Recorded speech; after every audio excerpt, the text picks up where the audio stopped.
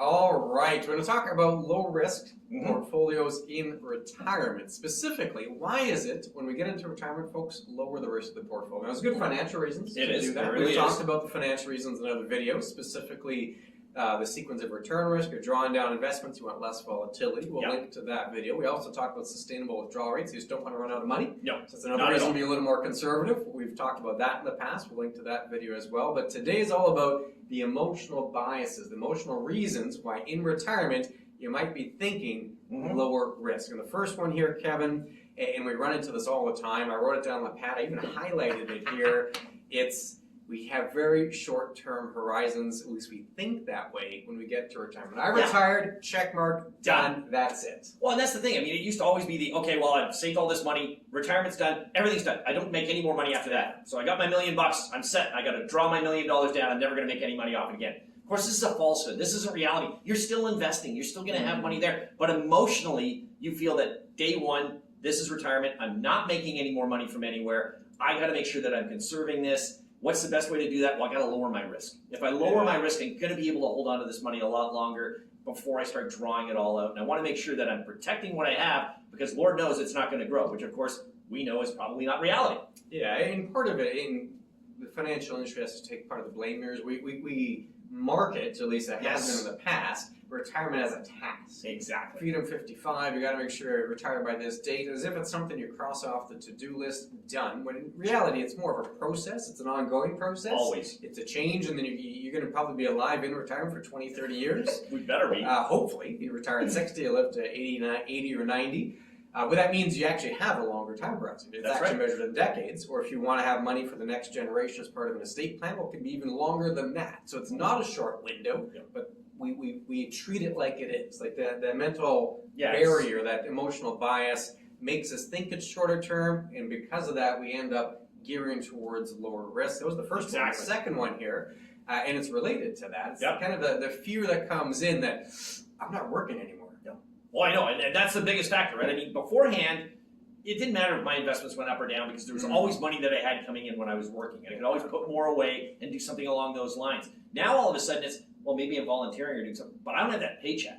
Not having that paycheck is a huge factor. You're changing mode from workman to retirement man, and that becomes a scary scenario. It's like, oh, wow, I'm not going to do anything more, so I got to make sure that what I've got here lasts. And again, it's on that same line, right? So if I've got that, I just can't afford to have those big swings in the market anymore that are going to affect my portfolio.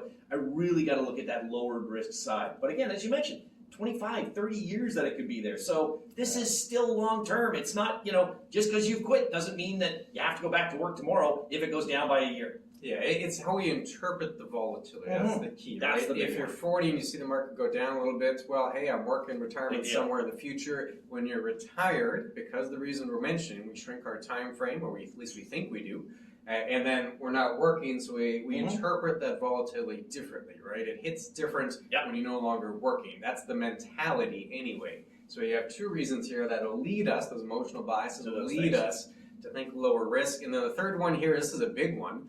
We think in dollar terms. We don't think in percentages. No, we don't. We never have. Yeah, you don't get statements like, hey, I made 1.26% this month. You think well, I'm up $1,000 or down $1,000, and that has an impact. If you're 40 and you have $200,000 and your portfolio goes down 5%, it's 10 grand. That's right. If you're in your 70s, the exact same portfolio, but it's now $2 million and it goes down 5%, that's 100 grand. It's all perception. I mean, nobody tends to look at it. I mean, you'll find that from the financial guys that they always look. You've made 6%, or you're only down 3%. But what the person actually sees at the end of the day is, I'm down 40 grand. I've lost 40. I've lost $100,000. How am I ever going to get that back? Well, as you mentioned, it's a smaller percentage point, but perception is it's the money that's lost. And of course, the minute it's down, it's automatically lost. Not that it's just a point in time. It's lost. How am I going to get that back? And that perception that's where we find the real amount of, oh, I can't do this anymore. I've got to get out. There's got to be less risk that I can put in my portfolio going forward.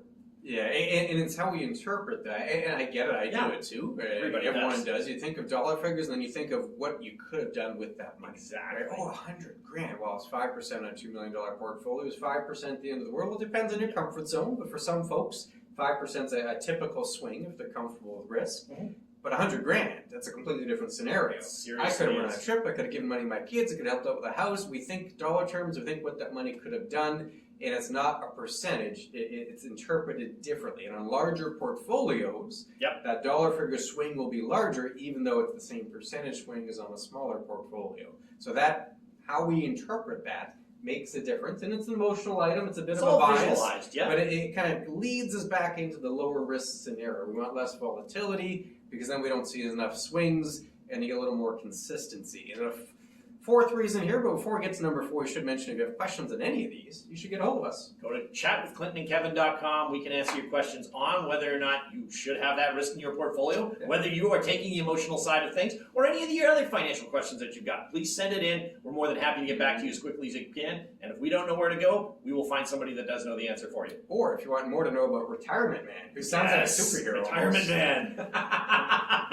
That's the best part. The fourth emotional bias here, we'll get to it, and it's quite simple. People don't like seeing the portfolio go down. And I get that. And then in retirement, though, that could be all part of the plan. The plan could be to spend down the money, and according to plan, the portfolio is getting smaller, but then we have to see it month in, month out, quarter in, quarter out, the actual dollar figure getting smaller, and we simply don't like it.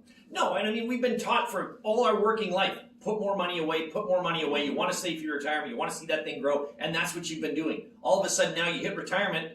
Well, yeah, you'd still love that to grow, but you're taking it out, as you said. If you want to put it into your plan and say, you know, I want that last check to bounce, you have to draw this all down. You're going to have to see that number decrease, but nobody likes that. I mean, it doesn't matter where it is. As you mentioned, if the market goes down 100 grand, we panic. Well, if we drew out 100 grand and we did spend it on the vacation or anything else, we're still panicking because the money's not there anymore. What am I going to do? I need lower risk. I can't afford to do that even if I'm taking the money out. So again, another perception scenario that, you know, we don't want to see those numbers go down because we've had them go up all our life.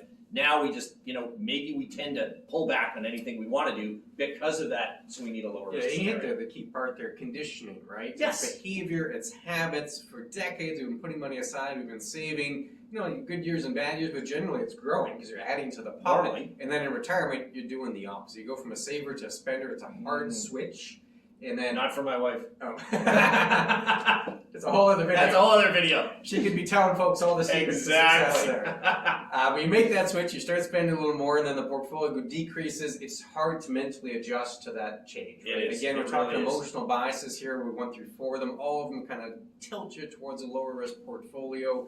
Not necessarily a bad thing. No, not at all. It's about being aware of those 4 factors, so you're kind of cognizant of it, and then most importantly, it's about finding a good fit for your plan and your comfort level. Yeah, understanding your emotional aspects towards this sort of a scenario is the biggest one. Dealing with it, once you've dealt with it, you know what it is, then you can handle it a lot better. Maybe I do need the lower risk, maybe I don't. Things will go that way, but understanding it is a big factor going forward. And we do have videos that we can help with that withdrawal situation. Absolutely. We're talking about the portfolio, talking about the retirement. Well, how do you safely withdraw the funds in retirement? There's a video exactly on that. Where do you want to put it? Somewhere? Here? I don't know, above the head. There we go. Click on that one. We'll see you again very soon. Take care.